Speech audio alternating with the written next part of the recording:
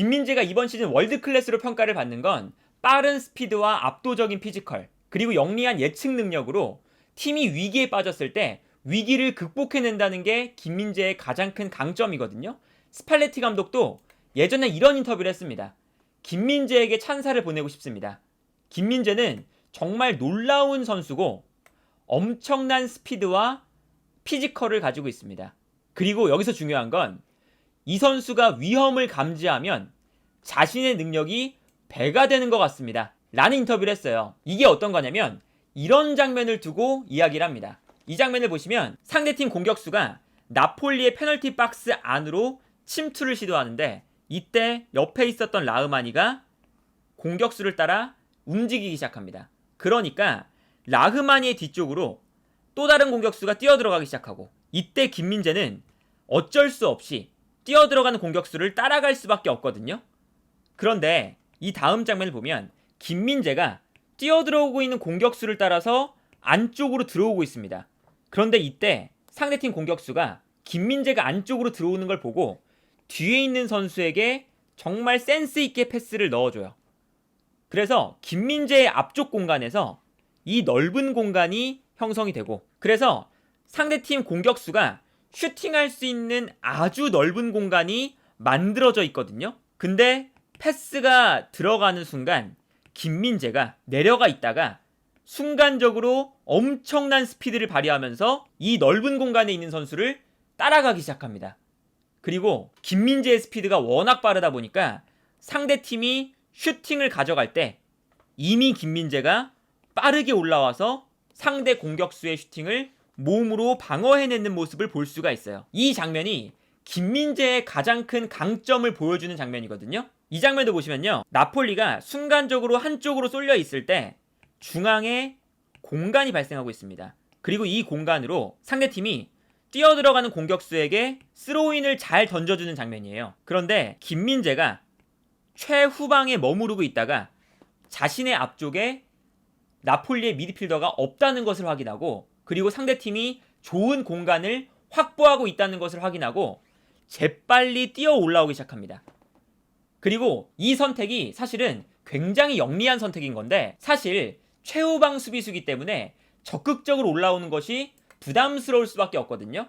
그런데 김민재는 이 상황에서 자신의 앞에 공간이 분명하게 열려있고 그리고 상대팀이 볼을 잡을 때 내가 뛰어가서 분명히 압박을 해서 볼을 빼앗아낼 수 있다 라는 확신과 결단력이 있기 때문에 최후방 수비 라인을 비우고 빠르게 올라올 수가 있습니다. 그리고 당연히 김민재의 압도적인 스피드가 있기 때문에 빠르게 달려오면서 상대팀이 볼을 잡는 순간 빠르게 달려들어서 압박을 하고 있어요. 그래서 분명히 넓은 공간에서 상대팀이 볼을 잡을 수 있는 찬스였는데 어느샌가 김민재가 나타나서 이 볼을 끊어내는 모습을 볼 수가 있습니다. 이렇게 볼을 확실하게 끊어내니까 김민재가 최후방 수비라인의 공간을 비우고 뛰쳐나와도 아무런 문제가 발생하지 않는 거죠. 이 장면도 마찬가지입니다. 이 장면도 보시면요. 순간적으로 상대팀 공격수가 안쪽으로 치고 들어가고 있어요. 그래서 김민재도 자연스럽게 안으로 들어갈 수밖에 없는데 이때 측면에서 상대팀의 선수가 한 명 더 뛰어 올라오고 있습니다. 그런데 여기서 김민재가 대단한 건 이 상황을 바라보면서 자신의 앞쪽에 있는 선수 한 명과 뒤쪽에서 달려들어오는 선수 모두를 파악을 하고 있었어요. 그래서 상대팀이 뛰어들어가는 선수에게 순간적으로 패스를 내주거든요. 그런데 김민재가 이미 그 뒤쪽에서 뛰어들어오는 선수까지 파악을 하고 있었기 때문에 안쪽으로 뛰어들어가다가 패스가 들어가는 순간 다시 측면으로 뛰어나옵니다. 그래서 이 다음 장면을 보면 상대팀이 뛰어들어갈 때 김민재가 어느샌가 중앙에서 측면으로 뛰어가고 있죠.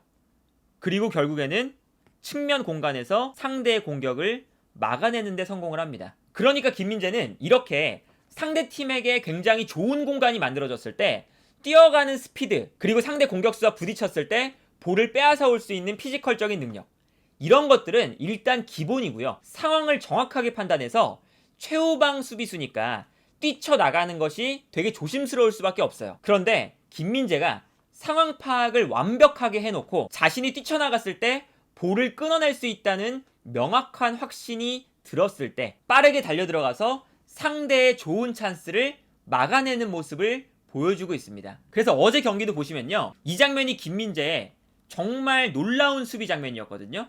이 장면도 보시면 순간적으로 2명의 공격수를 김민재 1명이서 상대하고 있습니다. 그런데 이때 뒤쪽에서 뛰어들어가는 공격수 1명까지 있죠. 그런데 여기서 김민재가 안쪽으로 들어가주면서 상대팀이 안쪽으로 뛰어들어가는 선수에게 패스를 보내줄 수 없도록 만들고 있어요. 그래서 물론 안쪽에서 뛰어들어가는 선수가 오프사이드 위치에 있는 것처럼 보였지만 일단 유벤투스가 안쪽으로 패스를 넣어주지 못합니다. 그리고 측면으로 뛰어들어가는 선수에게 패스를 보내주는데 이때 김민재가 패스를 보내주는 타이밍을 기다리고 있다가 패스가 들어가는 순간 빠르게 측면으로 또다시 뛰어나가기 시작해요. 그러니까 이 장면은 김민재가 중앙 지역을 막아내는 동시에 측면 지역까지 막아내는 정말 엄청난 장면이거든요. 그래서 분명히 이 넓은 공간이 유벤투스에게 존재했어요. 그리고 뛰어들어가는 선수가 단순히 그냥 공격수가 아니라 유벤투스 그리고 이탈리아의 에이스인 키에사였습니다.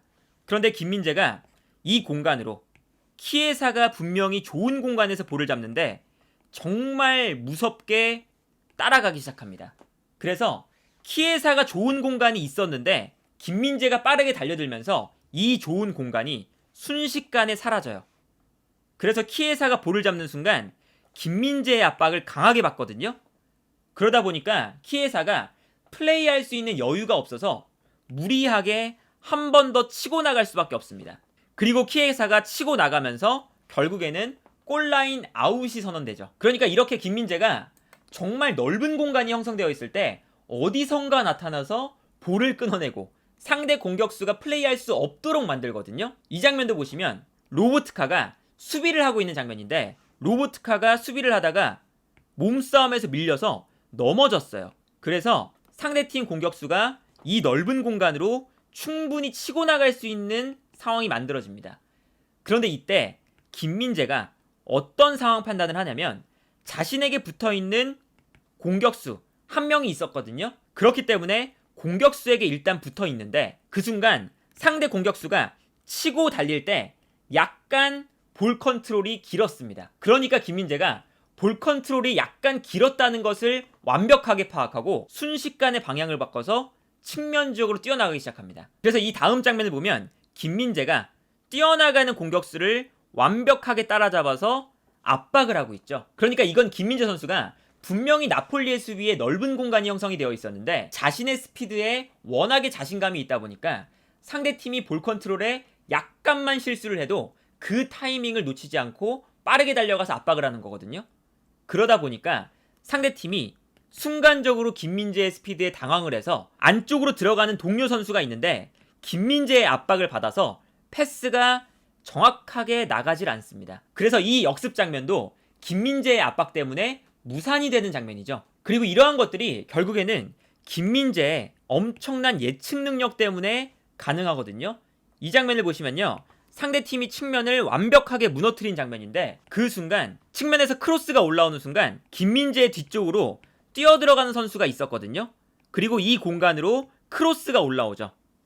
그런데 이때 김민재가 크로스가 올라오는 방향을 완벽하게 예측하고 앞쪽으로 달려들어가서 이 크로스를 끊어냅니다. 그러니까 이 다음 장면을 보면 김민재가 앞쪽으로 달려들면서 크로스를 끊어버리니까 뒤로 달려드는 선수가 아무런 의미가 없어지죠.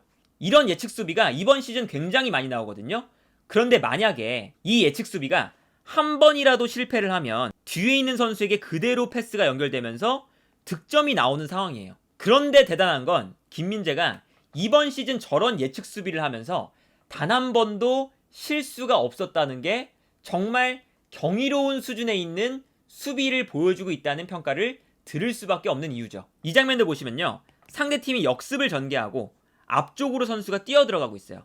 그런데 이때 김민재가 뛰어들어가는 선수를 향해 달려들고 있거든요. 그런데 여기서 김민재가 어떤 상황을 판단을 해야 되냐면 패스를 주는 선수가 어떤 방향으로 패스를 보내줄지, 그리고 자신의 뒤쪽으로 뛰어들어가는 선수가 어떤 방향으로 뛰어들지, 이 두 가지를 모두 생각해야 되는 장면이에요. 그런데 상대팀이 패스를 보내주는 순간 그리고 뛰어들어가는 동선을 완벽하게 김민재가 파악하고 패스가 들어가는 방향을 완벽하게 예측해서 안쪽으로 들어가서 이 패스를 끊어버립니다. 그래서 이 다음 장면을 보면 분명히 상대팀 공격수가 뒤로 뛰어들어가고 있는데 김민재가 어느새 안쪽으로 들어와서 상대의 패스를 끊어버리는 모습을 볼 수가 있어요. 그러다 보니까 뒤로 뛰어들어가는 선수는 이제 뛰어들어가는 것이 아무런 의미가 없어지게 됩니다.